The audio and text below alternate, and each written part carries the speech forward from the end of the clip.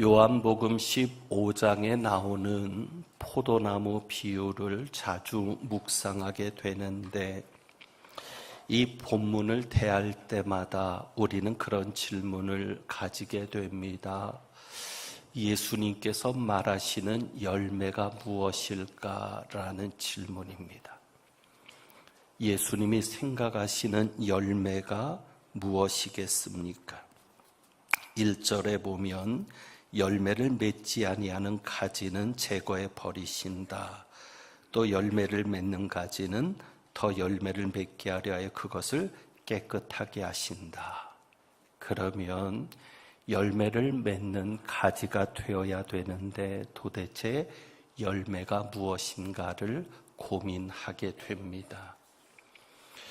그런데 이 열매를 생각하면 우리는 절망하고 낙심하게 됩니다. 자신 있게 내가 열매 맺는 가지라고 자신할 수 없기 때문입니다. 열매를 생각하니까 낙심이 됩니다. 도대체 나는 열매 맺는 가지가 아닌 것 같습니다. 그런데 과연 예수님의 관심이 열매에 있었느냐라는 사실입니다. 예수님이 이 포도나무 비유를 말씀하실 때 우리에게 열매가 무엇인지를 강조하시지 않습니다. 만약에 예수님이 열매에 관심이 있으셨다면 열매에 대해서 구체적으로 언급하셨을 겁니다. 너희가 이런 열매를 맺어야 한다. 너희에게 이런 열매가 있어야 한다라고 열매가 무엇인지를 분명하게 정하셨을 겁니다. 그러므로 이 포도나무 비유는 열매에 대한 관심이 아닌 다른 것에 대한 관심입니다. 4절을 보면 이런 말씀이 있습니다. 4절, 우리 4절을 다시 한번 같이 읽습니다. 시작. 내 안에 거하라. 나도 너희 안에 거하리라. 가지가 포도나무에 붙어 있지 아니하면 스스로 열매를 맺을 수 없음같이 너희도 내 안에 있지 아니하면 그러하리라. 아멘. 예수님께서 포도나무 비유를 말씀하시는 근본적인 목적이 4절에 있습니다. 이 4절이 개역 성경의 이전, 개역 성경의 번역이 훨씬 더 느낌적으로는 예수님께서 말씀하신 의도를 잘 담고 있습니다. 지금 개정판에는 스스로 열매를 맺을 수 없음 같이 그랬는데 이전의 성경에서는 절로 과실을 맺을 수 없음 같이라고 표현합니다.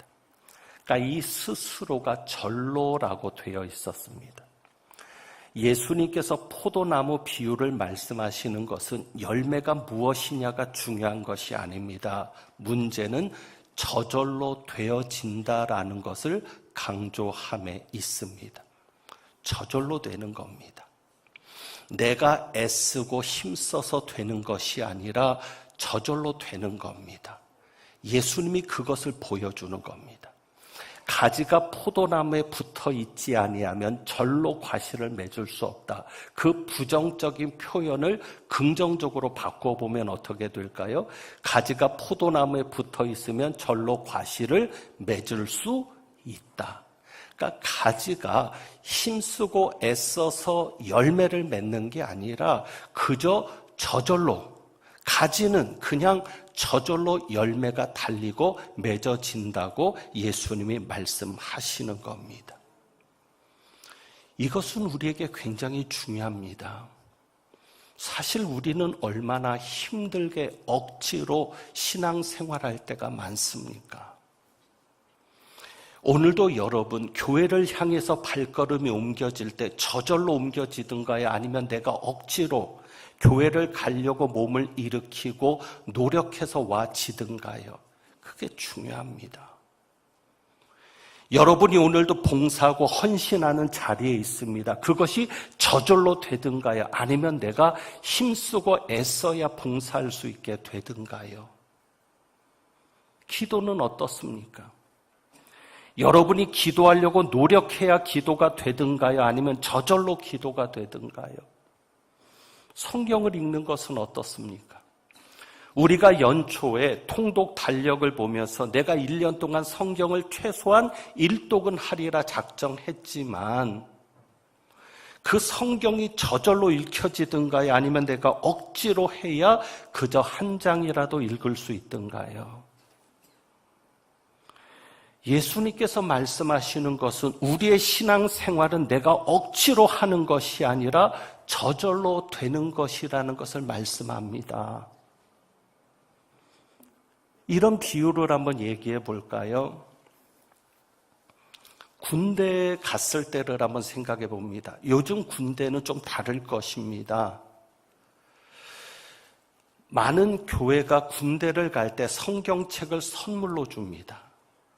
작은 성경책, 주머니에 넣고 다닐 수 있는 성경책을 선물로 주고 군대 가 있는 동안 힘들 때마다 시간 날 때마다 하나님의 말씀을 읽고 위로받고 힘을 얻고 하나님이 함께 하심을 경험하라고 말씀을 줍니다. 그런데 과연 그 성경을 받은 청년들 중에 몇 명이 성경책을 가지고 갈까요? 성경책을 지니고 다닐까요? 억지로 안 됩니다. 그런데 반면에 이런 생각을 한번 해보죠. 어느 날 사랑하는 연인한테서 연애 편지를 받았습니다. 뭐라고 하지도 않았는데 소중하게 접어서 주머니에 넣고 다닙니다. 애인을 함께 데리고 다니듯. 그리고 수시로 읽어서 그 편지를 봅니다. 심지어는 어디서도 봐요? 어디서도. 경험해 보셨잖아요. 왜 안 그런 척? 옆에 사모님이 계시니까 얘기하기가 힘들어지죠? 화장실에서도 봅니다. 그것이 억지로 된 겁니까? 저절로 된 겁니까? 저절로. 저는 그런 형제도 보았습니다. 부산까지 데이트를 하러 갑니다. 애인이 부산에 있으니까. 거기 가는 시간, 기름값, 차비 전혀 계산하지 않습니다. 여러분 억지로 부산에 있는 교회 다니라고 하면 다니겠습니까? 안 됩니다. 그것도 어떻게 되는 거예요? 저절로. 부모가 자식을 사랑하는 것이 율법입니까? 저절로 되는 겁니까? 저절로. 예수님이 지금 말씀하시는 원리가 그겁니다. 가지는 저절로 열매를 맺는다. 저절로 되는 것이다. 그런데 왜 억지로 해야 되는지, 억지로 기도해야 되고 억지로 새벽기도 나와야 되고 억지로 예배 자리에 나오고 억지로 봉사하고 왜 그렇게 되는지 거기에 문제가 있습니다. 그래서 예수님께서는 말씀합니다. 저절로 되는 방법을 말씀합니다. 4절에 봅니다. 4절에 내 안에 거하라 나도 너희 안에 거하리라. 가지가 포도나무에 붙어 있지 아니하면 스스로 열매를 맺을 수 없음 같이 너희도 내 안에 있지 아니하면 그러하리라. 이 가지가 저절로 열매를 맺는 조건은 오직 하나입니다. 어떤 조건이에요? 열매를 맺으려고 노력할 필요가 없어요. 지금 예수님의 관심은 열매가 무엇인지에 있지 않아요. 열매를 맺는 방법에 있어요. 그 열매를 맺는 방법이 뭐예요? 가지가 포도나무에 붙어 있지 아니하면, 그러니 가지가 저절로 열매를 맺는 방법은 무엇이다? 포도나무에 붙어 있는 거다. 그렇다면 왜 우리가 신앙생활하는데 억지로 힘을 들여서 해야 합니까? 왜 내가 신앙생활하는데 기쁨이 없습니까? 왜 내가 모든 것이 억지로 되어야 합니까? 억지로 하는 것이니까 예배 자리에도 얼굴 표정이라든지 말투라든지 모든 것이 하나님 앞에 기쁨이 되고 있지 못하잖아요. 결국 무엇을 말해주고 있다? 나는 지금 예수님에게 붙어 있지 않다. 나는 지금 예수님에게 붙어 있지 못하다. 그러면 예수님 안에 붙어 있는 것이 무엇입니까? 4절의 말씀에 분명하게 정리가 되죠. 붙어있지 아니하면, 그리고 예수님 뭐라고 말씀하여요? 너희도 내 안에 있지 아니하면. 그러니까 가지가 포도나무에 붙어있는 것이 무엇입니까? 우리가 예수님 안에 거하는 겁니다. 그게 붙어있는 겁니다. 저와 여러분이 예수님 안에 붙어 있어야 합니다. 그것이 가지가 포도나무에 붙어 있는 겁니다.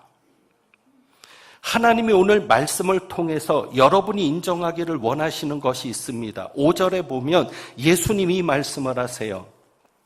5절에 나를 떠나서는 너희가 아무것도 할 수 없음이라. 하나님께서 이것을 인정하기를 원하십니다. 우리가 예수님을 떠나서는 아무것도 할 수 없다. 자, 이 아무것도 속에 공부라든지 직장 생활이 포함됩니까? 안 됩니까? 됩니다. 아무것도. 심지어는 예수님을 떠나서는 밥도 먹을 수 없는 겁니다. 그런데 우리는 착각하는 게 뭐예요? 교회 생활과 밖의 생활을 따로 생각하죠. 교회 안에서만 예수님을 떠나서 할 수 없다는 걸 생각하고 교회 밖에서는 예수님을 떠나서도 잘 된다고 생각합니다. 그러니까 안 된 겁니다. 하나님이 오늘 여러분에게 인정하기를 원하시는 것이 겁니다. 너희가 나를 떠나서는 아무것도 할 수 없다. 그 아무것 속에는 직장 생활도 취직도 사업도 어떤 것도 다 포함되는 일입니다. 자녀 교육까지도. 너희가 나를 떠나서는 아무것도 할 수 없다. 그러나 우리가 예수님에게 붙어 있으면, 예수님 안에 있으면 저절로 되어진다. 누가 하시니까? 주님이 하시니까. 그것을 오늘 예수님께서 여러분에게 말씀하시는 겁니다. 그런데 여러분이 분명히 알아야 될 것이 있습니다. 여러분이 분명히 하셔야 될 것은 뭐냐면, 내가 어떤 일을 하고 예수님이 돕는 것이 아닙니다. 그러니까 우리가 안 되는 거예요. 내가 공부하고 예수님이 내 공부를 돕는다든지, 내가 사업을 하고 예수님이 내 사업을 돕는다든지, 이런 관점으로 생각하고 기도하고 나가니까 주님이 하실 수가 없는 겁니다. 그러니 열매가 없는 겁니다. 내가 하고 예수님이 나를 돕는 것이 아니라, 정확하게 말하면 포도나무 비유에서 얘기하는 주님의 뜻은 나를 통해서 주님이 하시는 겁니다. 그러니 내가 할 일이 뭐예요? 주님 앞에 나를 내어드리기만 하면 돼요. 가지는 그저 포도나무에 자신을 붙여서 내어놓기만 하면 되는 거예요. 왜? 열매는 나무에 맺지를 못하는 거니까. 열매는 항상 가지에 맺는 거니까. 그래서 주님이 우리를 필요로 하시는 겁니다. 어디로 가든지 여러분이 가지가 되어서 예수님이 열매를 맺는 게 아니라 예수님이 나무지만 여러분을 통해서 열매를 맺어야 되기 때문에 예수님이 여러분을 필요로 하신 겁니다. 그래서 부르신 겁니다. 그래서 택하신 겁니다. 그러니 여러분은 예수님에게 그저 내어드리기만 하면, 나를 통해서 예수님이 하시도록 내어드리기만 하면 되는 겁니다. 작년에도 이 말씀을 가지고 묵상했을 때 작년에 강조했던 것은 그겁니다. 신천지에 대한 이야기를 언급하면서 여러분의 안에 사시는 주님이 주인이라는 것을 언급했습니다. 주인 되시는 주님이 내 안에 사시는데, 문제는 예수님이 내 안에서 아무것도 안 하세요. 그러니 1년이 지난 지금 여러분의 삶을 한번 돌아보십시오. 된 것이 있습니까? 된 것이 있습니까? 분명히 주님이 내 안에 계시는데 왜 예수님이 아무것도 안 하실까요? 그것은 바로 이겁니다. 우리가 예수님 안에 거해야만 예수님도 우리 안에 거하신다고 말씀합니다. 결국은 뭐예요? 내가 예수님 안에 거하지 못했기 때문에. 그러니까 예수님께서 나무의 비유로 말씀하시는 것은 그거예요. 열매는 저절로 맺힌다는 것 때문에. 그리고 또 한 가지가 있죠. 가지가 포도나무에 붙어 있기만 해서는 열매를 맺을 수 없어요. 어떻게 해야 되죠? 가지가 포도나무에 붙어서 포도나무 속에 있는 것을 받아들여야 돼요. 그러기 위해서 붙는 거예요. 그렇지 않으면 받아들일 수가 없으니까, 떨어져 있으면 아무리 해도 안 되니까. 우리가 예수님에게 붙어 있어야 되는 이유는 뭐냐면 예수님에게서 오는 것을 우리가 받아들여야지 열매가 있기 때문에 그러는 거죠. 그래서 예수님 말씀하시는 게 그거죠. 내 안에 거하라, 나도 너희 안에 거하리라. 그러니까 우리가 예수님 안에 거하는 만큼 예수님의 생명이 우리 속으로 들어와서 저절로 되는 역사를 만들어내시는 겁니다. 그러니까 여러분이 지금 중요하게 생각해야 될 것은 이겁니다. 내가 어떤 열매냐가 중요한 게 아니라 열매는 나를 통해서 예수님이 이루시는 모든 게 열매입니다. 그것이 전도든 사랑이든 성령의 열매든 봉사의 결실이든 성공이든 나를 통해서 예수님이 하시는 모든 것이 열매입니다. 그러면 나를 통해서 예수님이 하시도록, 그러면 내가 저절로 되거든요. 억지로 되는 게 아니라 주님이 하시니까. 그러기 위해서 내가 할 수 있는 것은 오직 예수님에게 붙어 있어야 되는 관심입니다. 과연 나는 예수님에게 붙어 있는 사람인가?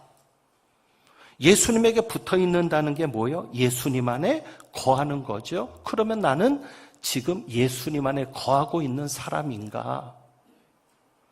그렇다면 예수님 안에 거한다는 것이 무엇입니까?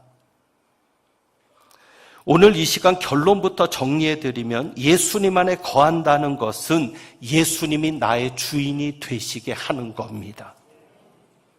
다른 것이 아닙니다. 예수님 안에 거한다는 것을 이상하게 생각하거나 신비하게 생각해서는 안 됩니다. 예수님이 여러분의 주인이 되시게 하는 것입니다. 자, 이 컵을 한번 생각해 보시죠. 이 컵 안에는 물이 있습니다. 여러분이 이것을 볼 때 물이 보입니까? 컵이 보입니까? 컵이 보입니다. 그렇다면 예수님 안에 거한 사람에게서는 예수님이 보일까요? 내가 보일까요? 예수님이 보이겠죠. 만약에 우리 삶에서 예수님이 제대로 보여지지 않는다면 나는 예수님 안에 온전히 있는 것이 아닙니다. 여러분 어떻습니까? 여러분의 생각, 여러분의 고집, 여러분의 감정, 여러분의 욕심, 여러분의 기분이 드러나십니까? 그렇다면 나는 예수님 안에 있는 것이 아닙니다. 예수님 안에 있다면 나를 주님이 감싸고 계시니까 예수님만 보여야 합니다. 또 한 가지를 생각해 볼까요? 여러분의 인생은 어떠십니까? 지금까지 여러분은 여러분이 가고 싶은 길을 가셨습니까? 지금까지 여러분은 하고 싶은 일을 하셨습니까? 만약에 여러분이 가고 싶은 곳으로 가고 하고 싶은 일을 해왔다면 예수님 안에 있는 것이 아닙니다. 왜요? 이 컵 속에 있는 물이 자기 마음대로 갈 수 있어요? 없어요. 컵이 가는 곳에 물이 따라가는 겁니다. 여러분이 예수님 안에 있다면 예수님이 가는 곳으로 여러분이 가는 겁니다. 예수님이 하는 일을 여러분이 하는 겁니다. 10여 년 전에 제가 요한복음 15장을 가지고 설교했습니다. 그때는 또 이런 내용은 아니었습니다. 요한복음 15장을 가지고 자주 묵상하는데 이번에 들어서 하나님이 깨닫게 하신 것이 있습니다. 이 설교, 요한복음 15장을 가지고 처음 설교, 오늘의 이 설교가 아닙니다. 이 본문을 가지고 처음 설교할 때와 10년 이상이 지난 지금 시점에서 하나님이 저를 두 가지를 훈련시키셨던 겁니다. 하나는 내가 보이면 안 되는 훈련이었습니다. 내가 보이면 안 되는 훈련이었습니다. 그런데 마귀가 무엇을 시험을 해요? 나를 보이게 시험합니다. 내 감정을 폭발시키게 만듭니다. 교회 일을 하다가 내 감정을, 내 분노를 폭발시키게 합니다. 내가 보이는 겁니다. 그리고 내가 두드러지게 만들어 갑니다. 그런데 주님이 원하시는 것은 뭐였어요? 내가 보이는 것이 아니라 나를 통해서 예수님이 보여야 하는 것이었습니다. 10년 동안 하나님은 저에게 그 훈련을 시키셨습니다. 내가 가고 싶은 곳으로 가지 못하게 하셨습니다. 주님이 가고 싶은 곳으로 가게 하셨고, 내가 하고 싶은 일을 하게 하시는 것이 아니라 주님이 하고 싶은 일을 하게 하셨습니다. 철저하게 하나님이 이끌어 주셨습니다. 그래서 언제부터인가 그런 인사를 우리는 계속했습니다. 주님께서 하십니다. 그런데 단지 이것이 우리의 기도를, 또 우리의 문제를 주님께서 응답하시고 해결하신다는 것이 아니라 모든 것이 철저히 주님에 의해서 되어진다라는 고백인 겁니다. 다시 말씀드리면 내가 기도하는 것도 내가 하는 것이 아니라 주님이 나를 통해서, 성경을 읽는 것도 내가 읽으려고 애쓰는 것이 아니라 주님이 읽게 하시는 그 원리 속에 이것이 있습니다. 자, 이 말씀 봅니다. 9절입니다. 요한복음 15장 9절, 예수님 이렇게 말씀하시죠. 아버지께서 나를 사랑하신 것 같이 나도 너희를 사랑하였으니 나의 사랑 안에 거하라. 아까 제가 여러분에게 예를 드렸지만, 비유로 말씀을 드렸지만, 예수님께서 내 안에 거하라는 것이 부담스러울까 봐, 내 안에 거하라 나도 너희 안에 거하리라는 이 말씀이 제자들에게 더 큰 부담으로 다가올까 봐 예수님 안에 거하는 것이 무엇이다? 9절에 보니까 무엇 안에 거하는 것이다? 예수님의 사랑 안에 거하는 것이다. 그러니까 얼마나 이게 기쁨이겠어요. 우리가 예수님 안에 사는 것은 예수님의 사랑 안에 사는 것이거든요. 그러니까 예수님이 전제로 이렇게 말씀하십니다. 아버지께서 나를 사랑하신 것 같이 나도 너희를 사랑하였으니, 이게 전제입니다. 내가 너희를 사랑한다. 내가 너희를 사랑한다. 그러니 너희도 내 사랑 안에 거해라. 그러면 누가 하신다고요? 주님이 하시는 겁니다. 그러니 아까 연애 편지를 이야기했고 연인을 만나러 부산까지 가는 청년의 이야기를 했는데, 그 사랑이 있으니 억지로 된다, 저절로 된다. 저절로 된다. 여러분이 그 사랑을 회복하셔야 합니다. 이것을 위해서 요한복음 14장 31절 한 절 말씀 보고 정리합니다. 14장 31절, 예수님께서 요한복음 15장을 말씀하시기 전에 요한복음 14장 31절을 말씀하십니다. 예수님이 이렇게 말씀하세요. 오직 내가 아버지를 사랑하는 것과 아버지께서 명하신 대로 행하는 것을 세상이 알게 하려 함이로라. 일어나라 여기를 떠나자 하시니라. 이러고 난 다음에 나는 참 포도나무요 라는 비유도 연이어서 나옵니다. 이게 중요한 겁니다. 우리가 예수님 안에 사는 방법이 있습니다. 구체적으로 두 가지입니다. 31절의 말씀이죠. 예수님이 두 가지를 우리에게 알게 하십니다. 첫째가 뭐죠? 아버지를 사랑하는 것과, 결국 우리가 예수님 안에 사는 것은 뭐다? 예수님을 사랑하는 것이다. 어떻게든지 여러분은 예수님을 사랑하는 그 마음을 회복하셔야 합니다. 모든 이유가 예수님을 사랑하는 것이기 때문이어야 합니다. 여러분이 예수님을 사랑하는 만큼 예수님 안에 거하는 겁니다. 그리고 두 번째가 뭐예요? 아버지께서 명하신 대로 행하는 것을, 순종입니다. 예수님을 사랑하고자 할 때 하나님께서 주시는 감동이 있습니다. 성령께서 내 안에서 말씀하시는 것이 있습니다. 그것에 여러분이 순종하면 그 사랑이 내게서도 풍성해지는 겁니다. 그럴 때 내가 억지로 하는 것이 아니라 저절로 되어지는 역사가 있게 됩니다. 이것을 위해서 역사하시는 분이 계십니다. 26절에 성령님이십니다. 15장 26절에 보면 아버지께로부터 나오시는 진리의 성령이 오실 때 그가 나를 증언하실 것이요. 여러분 안에 사시는 예수님을 어떻게 경험할 수 있습니까? 그 예수님이 나를 통해서 저절로 되어지게 하는 역사를 내가 어떻게 경험할 수 있습니까? 누가 하십니까? 성령님이 하십니다. 그래서 여러분이 성령님을 사모해야 합니다. 그래서 교회는 성령님의 역사가 강하게 일어나야 합니다. 그래야 억지로 되는 것이 아니라 저절로 되어지기 때문입니다. 우리가 이렇게 예수님 안에 살고 성령님의 역사를 사모하면서 우리 주변에 있는